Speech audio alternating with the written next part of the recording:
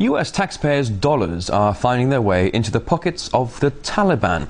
That's according to a new congressional investigation about the military's use of Afghan security firms to ensure the safe passage of supply convoys.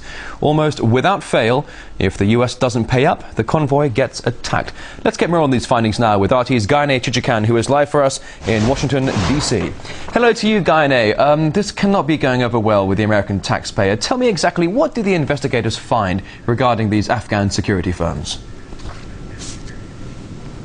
Well, Rory, the findings of this report range from sobering to shocking.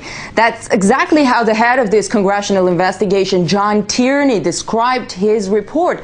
The department's report. Those are 79 pages full of allegations that some of the $2 billion the American taxpayers pay for the transportation of food and supplies for their bases in Afghanistan end up in the hands of the Taliban. What happens is this, that's according to the report. The American military pays the trucking companies to move its supplies across Afghanistan and leaves it up to the trucking companies to protect themselves. The trucking companies, in turn, pay warlords and local commanders to provide security. Several trucking company supervisors told investigators that they believed the gunmen they hired to escort their convoys bribed the Taliban not to attack.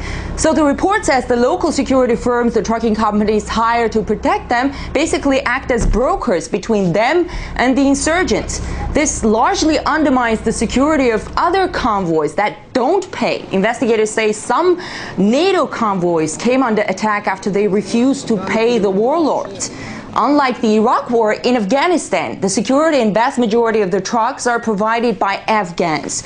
A difference that the top U.S. and NATO commander in Afghanistan, General Stanley McChrystal, has praised as promoting local entrepreneurship. But now with this report's findings alleging those Afghan entrepreneurs actually feed the Taliban, there may be a different reaction. This report definitely criticizes the Pentagon for the lack of oversight, for, quote, the indifference and inaction, for not tracking down where the money goes. That's despite clear instructions from Congress that the Defense Department provides such oversight. Gaine, you're in the States. Let's talk about the reaction. What has the reaction been like in the U.S. following the revelation of these protection payments? And is the U.S. media addressing these issues? Well, Rory, of course, the report comes as the number of U.S. casualties is rising in the Afghan war and public and congressional support is declining. On the one hand, the U.S. and allies are desperately trying to curtail corruption and strengthen effective governance in Afghanistan. And on the other hand, they have their own money feeding the insurgents. Actually, I remember shortly after Obama's strategy announcement, Secretary of State Hillary Clinton said that much of the corruption in Afghanistan is being fueled by billions of dollars worth of foreign money spent there.